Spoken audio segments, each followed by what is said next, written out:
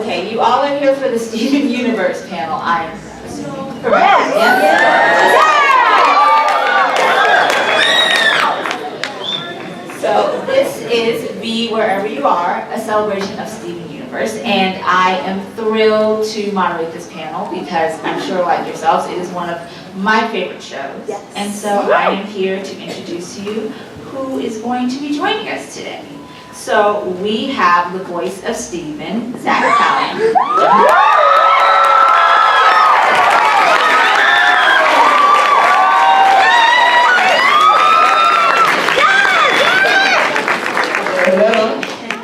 We have the voice of Pearl, Deedee Magno Hall.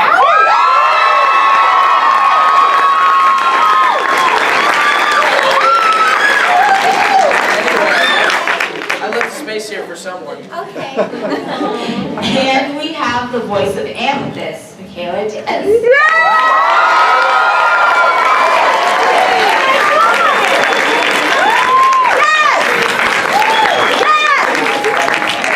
It's a packed house, I tell you what. Hi, you guys.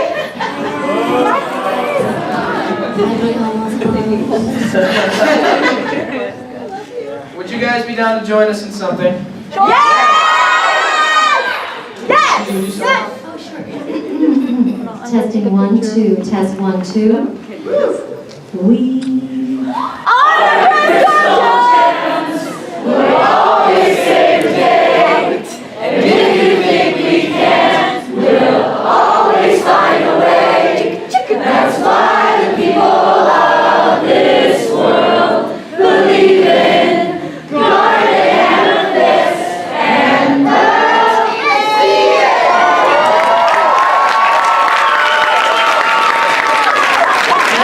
We also have something very special. Would you guys like to hear a little sing-along of a brand new unreleased song for the next season? Yes! 1, 2, 3. Never gonna give you up.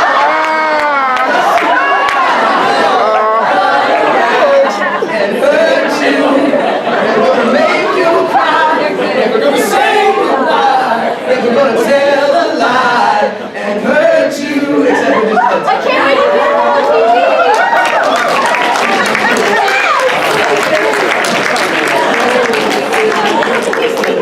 You've been rickrolled.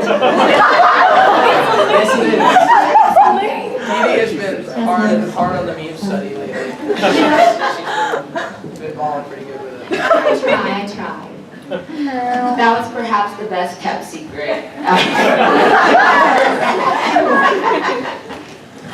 So I think, just to start off the panel, why you guys are crystal gems, which is amazing. What does being a crystal gem mean to you? Whoa. Wait, IRL? Like, should I consult with Amethyst and answer this, or should I answer it like from Michaela's perspective? It could be both.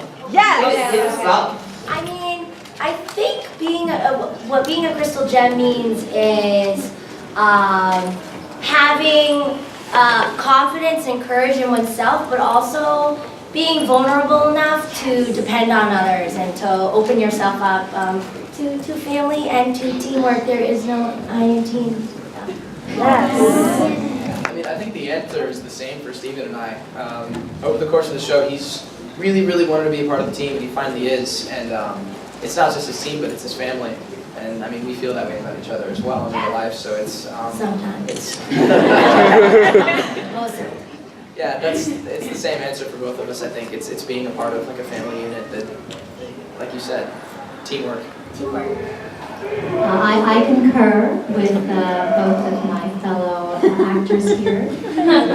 But I also I feel personally so blessed to be part of a show that is touching people's lives in such a beautiful, positive way all over the world. So it's overwhelming to know how many people know about Steven Universe and connect with it in such a wonderful, positive way.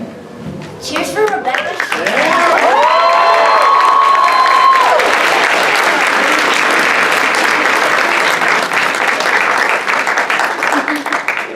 Before we get into working with Rebecca, I wanted to ask you guys to tell us You okay? I don't know if mine is on. Mine's- Yours is on. Is mine on?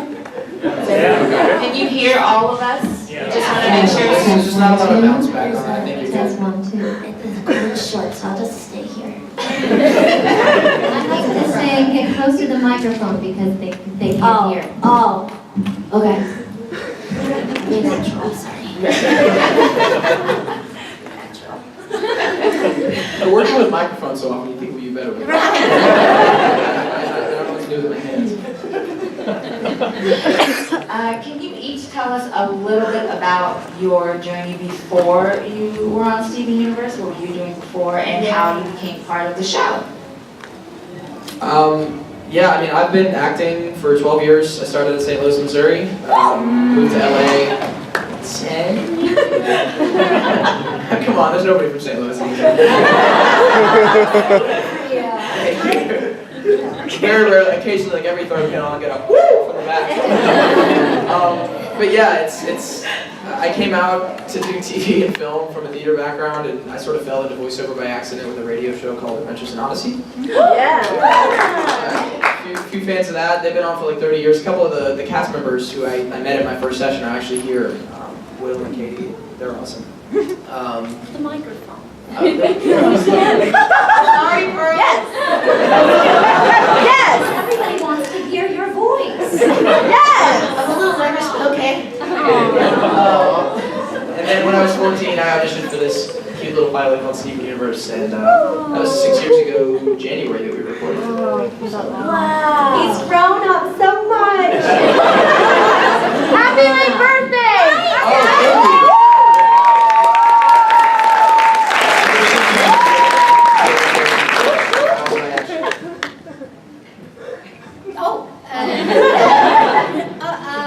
Well, before Steven Universe, I did a lot of musical theater. I met my husband doing the Saigon show called the Saigon. Oh, another hoot. Nice, from the back. Yeah, hi. And then I did a show called Wicked.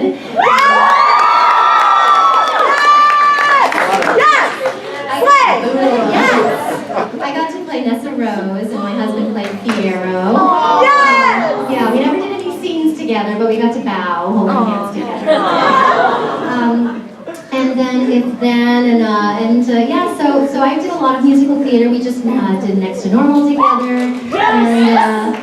And so that my background is, I was on the Mickey Mouse Club many years, many some fans of The Party is the singing group that I was in many years ago. Hey! And I got to sign some merchandise from back then. I don't know if you guys are familiar with VHS tapes. And I got to sign a couple of those today, which was very exciting. And they were in nice condition, but I'll probably never be able to see them again. I wasn't hear them because of the technology. But anyway, yeah, that's, Steven Universe was a nice little surprise. I was one of the first shows that I ever auditioned for, and because it was so musical, I was able to, I love that we're able to sing on the show. And that was, I mean, aside from one other little voiceover job I did way back when, Princess and the Pea on HBO, gosh, I forget even the name of that series. Oh, I'm terrible! No, you're not, you're great! Yes, happily ever after. Thank I you. used to watch it all the time. Oh my goodness. Yes! Thank you. On VHS. Mommy brain, mommy brain. My kids are here too. But yeah, so Steven Universe has been such a blessing. Amen. Yes! Yes! Like what she said, minus all the musical theater stuff. I was living in New York trying to act and do comedy, and I got sent out on an audition for a show tentatively titled Dinosaurs, and I ended up booking it, and it turned out it was for a show called Barney and Friends.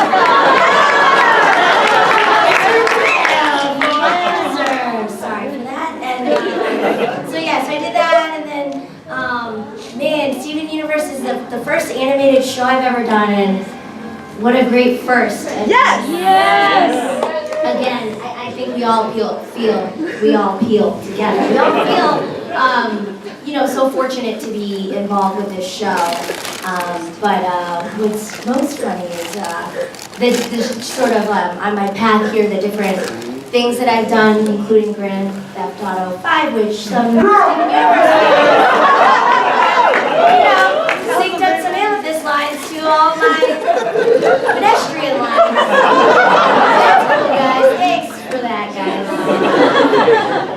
Children don't watch that video. And they did it with the party too. Yes, they did. Yeah, that's Pearl Secret Rap. Oh, wow. Thanks to Pearl does like Grand Theft Auto. No. Because the Steven voice is so different from my voice, that they haven't been able to do that with any of my other projects. So I figured Just they'd you find wait. something. Tell us a little bit about working with the creator Rebecca Sugar and how she helped you develop the personality of the characters and the look of your characters. Well, first of all, hashtag we love her. Yes. I said that. I said hashtag we love her.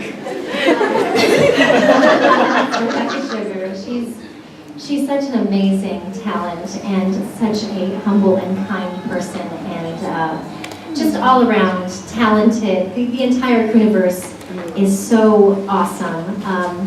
That's all I have to say about that. Not so much the look, but definitely the personality of the characters. First off, I mean, Rebecca is an absolute visionary, and being a young artist, growing up from 14 to 20, working with her like almost every week for many years, huge influence on me. Her work ethic, her vision, her need to, make sure that every little bit is right, and serving the greater vision of the show. It's inspired me with the projects I'm working on now, and it's just been really fantastic to work alongside her. The thing about the characters that she's developed with us is, she had the vision for the characters in the beginning from her own view, and Steven's based on her brother Steven Sugar. Shout out, he also works on the show. One of our amazing background artists. But as the show's gone on, she's taken aspects of our personalities and put them into the characters, which that's not necessarily something that happens in a lot of animated shows, but they've really taken on lives of their own as a collaboration between the two of us, rather than like, this is what the character does, can you voice it like this? And that's been really amazing as a character study, to stay with the character this long. It's really served me as an actor and learning a lot. Yes. I would say something about Rebecca's process. I mean, something I've noticed is she definitely has an idea of what she wants, in terms of like when we're in the booth. But there's a fluidity to her process. She's very open to suggestions or changes. And for me personally with Amethyst, I feel like she's given me so much leeway and really let me sort of make whatever mark I can on the character. And I mean, most people don't think we're similar at all, so yeah. Final answer. Can somebody pop this door closed? I'm pretty sure there's like a radio right next door. May I just say one little thing? Because for a long time, I kept thinking that Pearl was like a motherly type of character, and I don't know if I just made that up or something, but like I remember hearing in the podcast that Rebecca was saying that she wasn't meant to be like real motherly, and I was like, I think I made that up, or no, or maybe I just made it up in my head, but it just comes natural to me to be so motherly towards Steven because I have 2 kids of my own, so I think that's where that came from. So yeah. Also, like our relationship, I mean, it is funny how the relationships that the characters have is sort of mirrored in our personal lives. Like when we watch episodes together, come over to my house, we'll order food, we always send Zach home with a doggy bag. You take the leftovers. Growing boy. Yeah. It's pretty funny. Like, let's provide for this child. One of the worst parts about the hiatus is that we haven't been able to do one of our little live stream parties. I know. We look forward to the next one. Yeah. Soon. Soon. Dun, dun, dun. Soon. Stay tuned.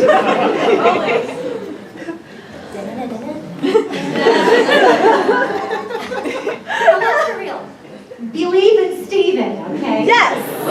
Don't believe it. Yes. Well, speaking of Stephen, I think I want to ask a couple of questions about each of your characters. For Zach, all of your characters are very three-dimensional. And for you, Zach, while Stephen is clearly a fun and silly young boy in the show, he still has to confront kind of darker themes and storylines, from the gym wars to dealing with his complex relationship with his mother. So I wanted to know how you developed the character over the seasons and keeping both that fun persona but also dealing with those tough issues of the show.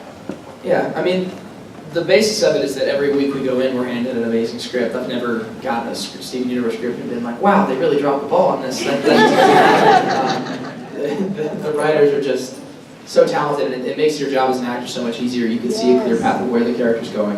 And the other thing was growing up alongside the character really, really helped. And I relate to Steven's arc in a lot of ways, like, you know, trying to be a kid while also having a ton expected of you. I grew up a child actor, so, you know, from 9 years old, working professionally alongside veteran adults, and having to maintain that level of professionality, and also being a kid on the side and getting school done, and it's definitely not saving the universe, but it's the same. It feels like the pressure, you know, you really have to learn how to deal with that at an early age, and I feel like I could get a little bit of that out by playing Stephen. We're different ages, but growing up as the show's gone on and maturing, I think that really, whether it was intentional or unintentional in Rebecca's casting choice, I think it really helped me later on, especially. I think a similar question can be for you, Michaela. Your character throughout the series is still similar to Steven's, very fun, kind of crazy, which I can see even in your personality reading you today. So meek and demure. But throughout the seasons, I think Amethyst continues to learn about herself, where she comes from, and kind of deals with those struggles in her place as a crystal gem in comparison to Pearl or Garnet. I suppose this is kind of like a two-part question.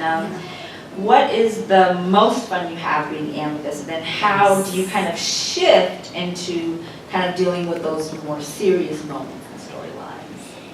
Yeah, I mean, the most fun I have with Amethyst is any time that she's interacting with Steven and Pearl, and I mean for Michaela in the booth. You know, being in the booth with any of the voiceover actors, everybody's so generous, and so it's just, we always have a blast. But I would say any sort of, you know, after Pearl's schooling Steven on something, and then any sort of like Amethyst snarky comment is pretty fun for me to do. But then that shift to these more serious notes, I mean, we've definitely seen Amethyst tackle some major insecurities and confront her anger issues. And that, for me, comes from a very personal place. It's that, I think a lot of, I mean, I certainly do this, but I think many people rely on humor to cover up insecurities, and so I'm a Korean American adoptee, and so Amethyst, there were so many question marks in terms of her origin story, and I think that she has a chip on her shoulder because of that. And so being an adoptee, I can definitely, you know, you just have to tap into that. And, you know, allow yourself to just emotionally go there. Yes.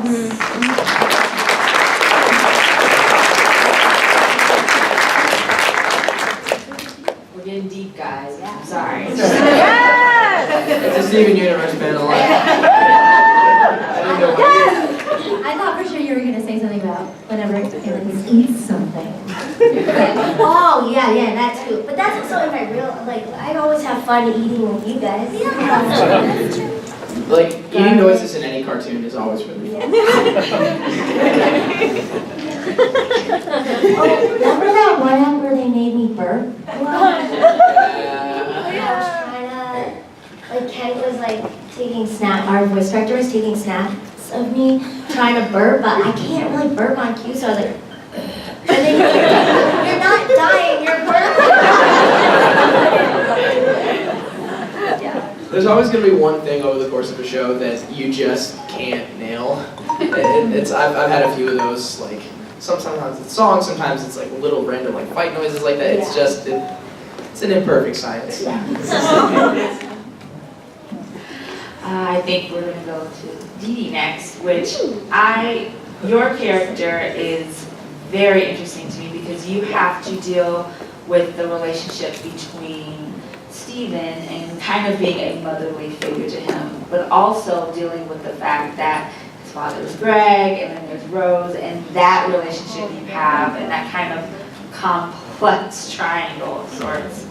And I think that's one of the themes of the show that's kind of relatable because especially for the older audience, they can kind of relate to those feelings of either rejection or unrequited love, things of that nature, which is why we have both young and older fans in the audience.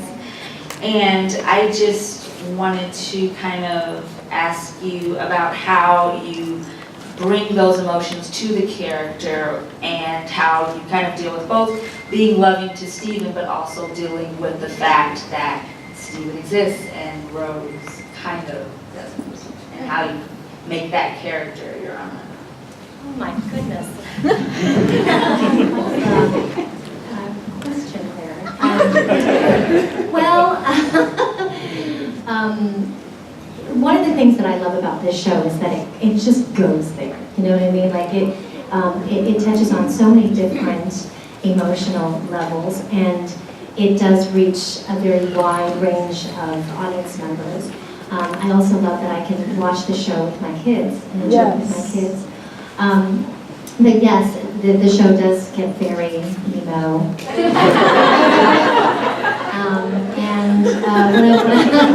Yes, I did that too.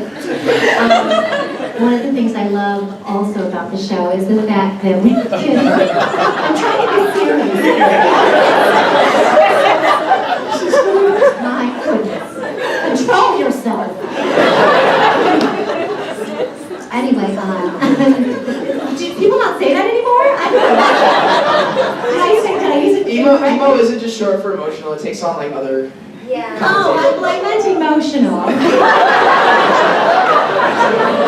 The show listens to a lot of like 2005 pop punk. There's a lot of that anyway. I forgot the question. One of the things that I love about this show is that we could express those feelings through song. And, you know, It's Over was so amazing to be able to sing.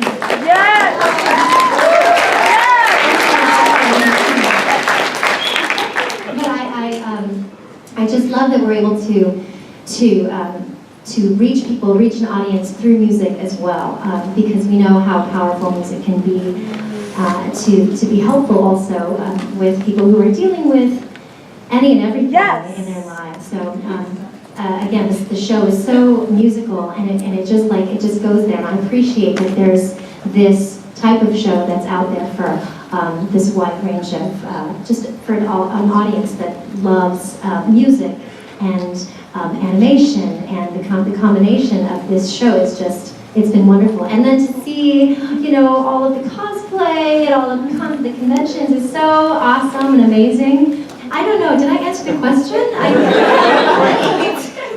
Not really, but... We talked a lot about emo and the definition.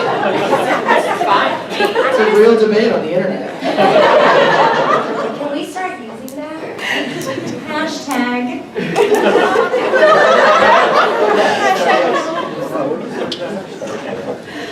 But I love that you mentioned It's Over because that's a great segue into talking about the music of the show, which the soundtrack that just came out recently is, I listen on repeat, I really do. And I think that the music really pushes a lot of the storylines. It really helps go into those deep themes, and I I first wanted to ask, did you know that this show would be kind of almost a musical?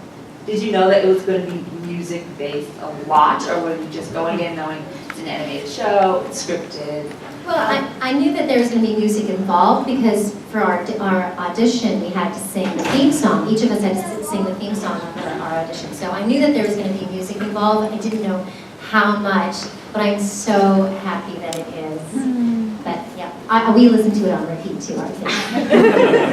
I had no idea that it was going to be musical. I mean, I sang the theme song for the audition, and then Giant Woman came along. I was like, oh, that's cool. And then there was another one and another one. I'm like, all right, great. I mean, I came from a musical theater background, but there was a time when I really, I was in a band for a while, and then I left that, and then I booked Steven Universe, and I just wasn't singing, but the show kept me singing. And especially when my voice changed, it forced me to get into the studio with my vocal teacher and constantly be working on getting my range back. And those were dark, stressful times, and I feel like it really kept me working on it. And for me, you're losing your instrument when your voice changes, and it's a weird phenomenon that you deal with one time. And I really felt like the music kept me singing and pushing my boundaries and getting my skills back and actually getting better at singing. And well, 6 years later, I'm doing my own music now, and I've actually got a single dropping next month. So.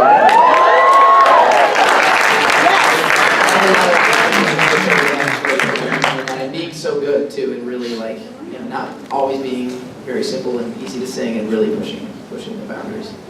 So proud of you. Yes, just to talk about your vocal change, I'm so happy that so many birthdays exist, because the changes you went through vocally, I mean, we always knew Zach was very talented, but hearing that just in those 11 minutes, all the different ages he hit was so really impressive. It's really a testament to your hard work. One of the fun things about being a regular on the show is that they have us play little bit parts to save on time before the studio. So I've been able to do all the watermelons and pumpkin and onion. The Lonely Blade video game announcer and the Campaign Cards characters. That's these two. And a bunch of other things. And it's fun to see you guys I usually get the creatures and the monsters. Yeah. It's funny when we get to be townspeople. Most of the other ladies in the booth, they'll disguise their voices and go up. But I always default to be like, yeah! Put a metal guy in the background. Try to keep it colorful, I just have to make my voice normal. It's disguise. In terms of the music, I mean, I sang a theme song as well. I didn't realize the quality of the music, man, it's basically just poetry. And I feel Rebecca, obviously, musical genius. But there are so many other people who also contribute. Ben Levin, one of our writers. Jeff Liu has written all the Amethyst songs. And Ivy and Sarashu. Ivy and Sarashu. For them, it seems like it's been a very collaborative effort. And it's cool to be a part of that. Do you guys have a favorite song? Yeah. It's over.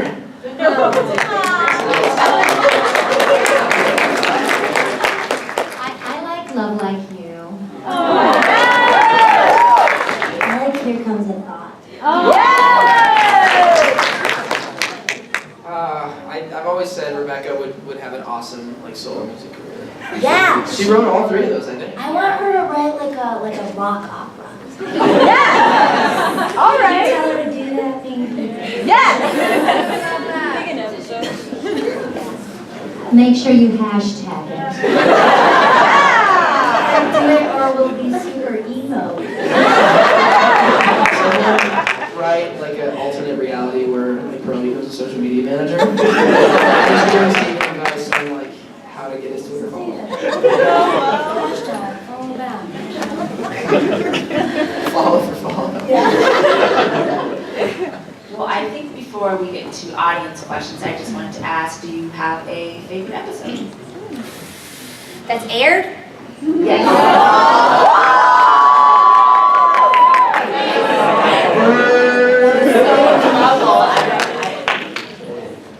Hashtag no spoiling. Sorry.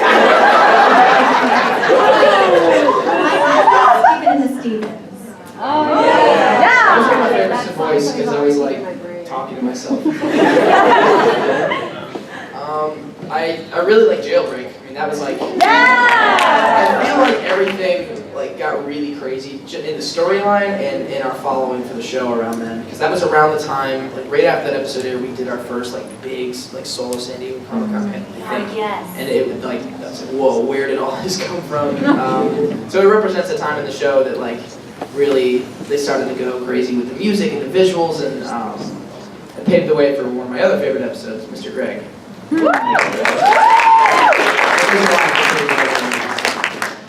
I have two recent ones. One is, I don't know names of stuff, so the one where Bad Pearl happened. City. And then I also really liked the Smoky Quartz episode.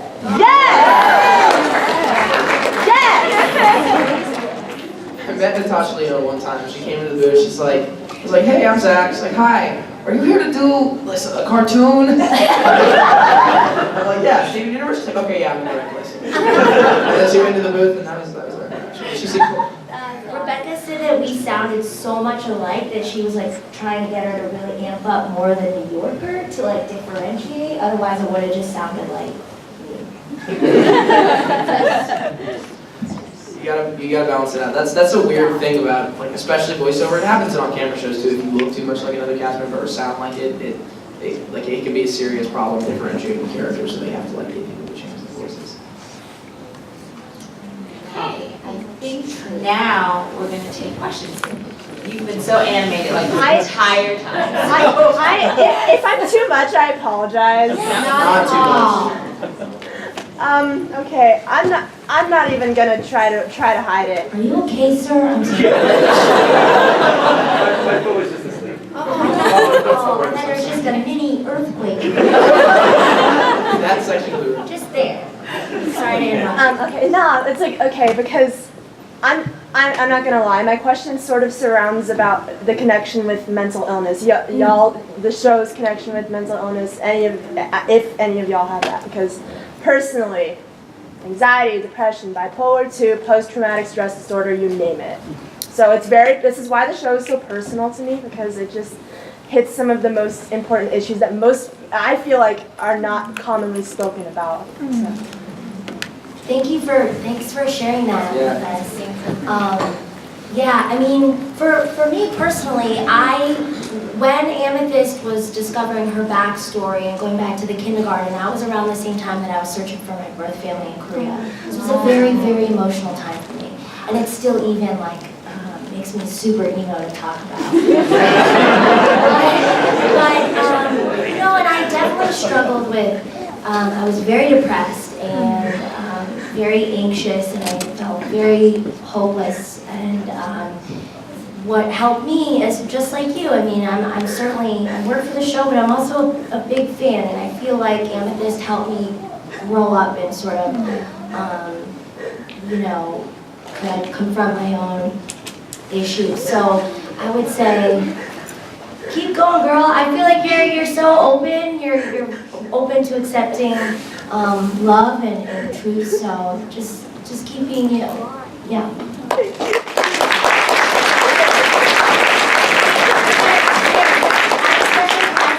People are asking questions. So come on. Oh. You can come here. No, I'm sorry. Go.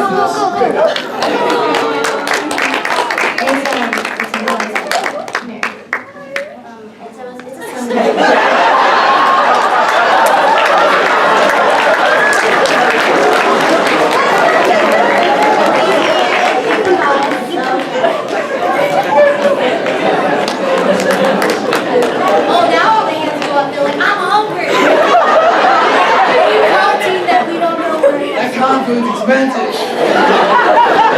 All the way in the back to the center, your hand was up. You. Right? Yes, you. Yes. Wait. Star? Or Caitlin Star? Oh, I didn't know this. Both. we'll just do both. So, Okay, so were you guys going out for any specific role for characters when you guys first walked in? Oh, for Stephen? I was going after specifically Steven. I originally auditioned for Pearl and Sadie. I read for Steven, Amethyst, Sadie, and I think one of the other. I think I looked at Pearl's sides and I'm like, dude, this is not me.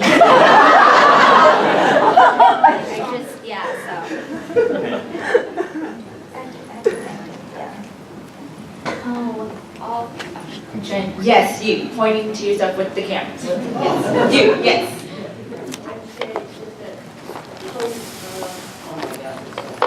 You got it?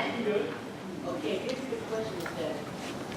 So far, so good. You think Steven will face his biggest event ever? Will he ever face the Giants in a fight? He has to fight himself though.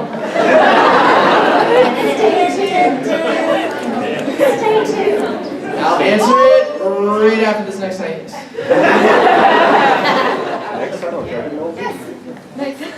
I would say I'm like the other question person. I've also dealt with some diagnosis recently, and two of the episodes that helped me the most were mindful education and Storm in the Room. Just because, especially Storm in the Room, dealing with the grief and just the desire for an explanation. But for my question, I wanted to ask if you could show your character something that you love about the Earth that you've never seen before.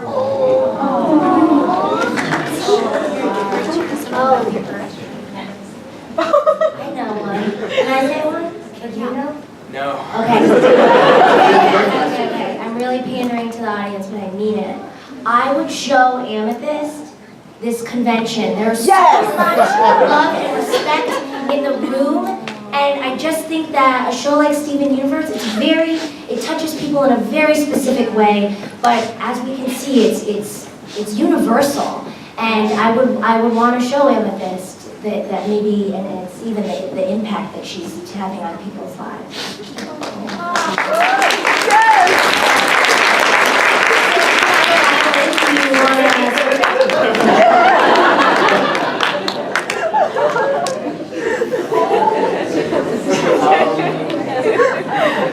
This is a hard question for me, but my answer won't be as good as that. But I think I would get Steven on like Snapchat just because I want to follow him. I feel like Steven with like a proper social media account would like really spread some positivity.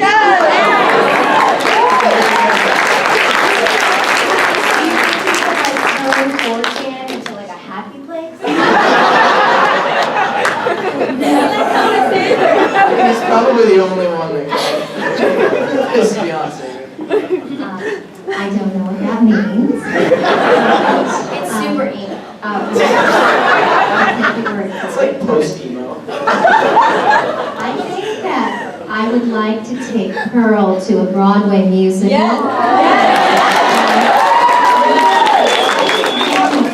I think she would enjoy Hamilton.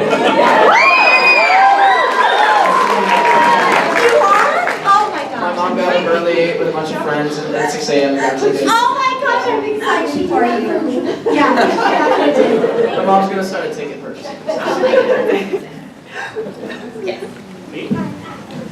Yes, you.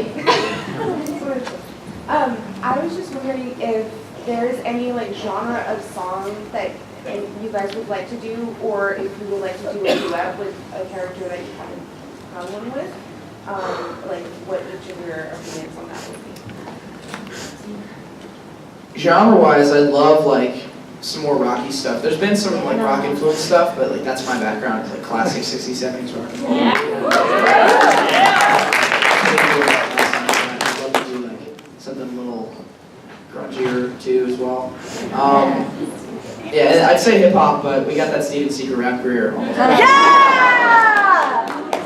So we covered that base. This is sorry, it's a little out of the box here, but I would want Amethyst to maybe not sing, but do like spoken word. Yes! with sour cream, because how okay, you're so good. What do you have? What are you interested in? Congratulations. I have a musical theater background. I know Jen Paz, who voices Lapis Lazuli. I've known her for quite some time now, and it would be fun to do a song with her. But I also am just interested to maybe hear Pearl rap. She might as well. Amethyst Pro rap battle. That would be fun.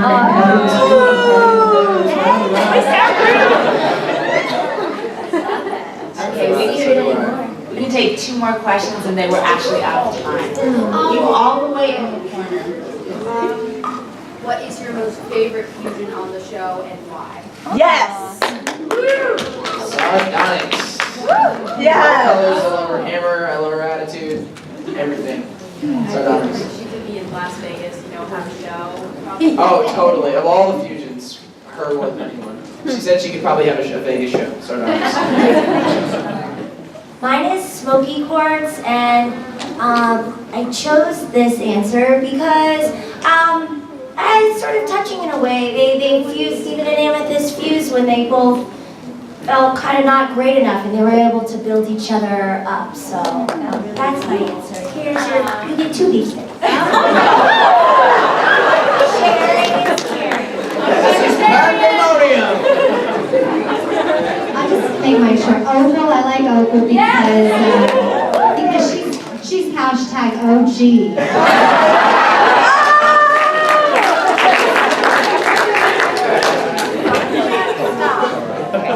All the way in the back with Hopping up and down? Yes. Okay. Yes. This guy right in the middle. Yes.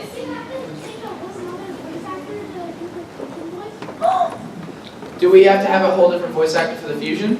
Yeah, we actually have like a whole group of people that have come in to do the different fusions now, because they become their own personality so distinctly that just having someone from the original to voice it, or having them combine their voices, I feel like they have their own distinct personalities, so they need someone to play the character. Except for Alexandra. Yes. We all enter voices first. Yeah, for Alexandra. But everybody The rules are different for 3, I suppose. Yeah. You guys, can I say something? Yeah. Sorry to interrupt. There's a raffle, I guess, at the Native Gold booth after this. Also, we're going to be signing again, so come definitely say hi if you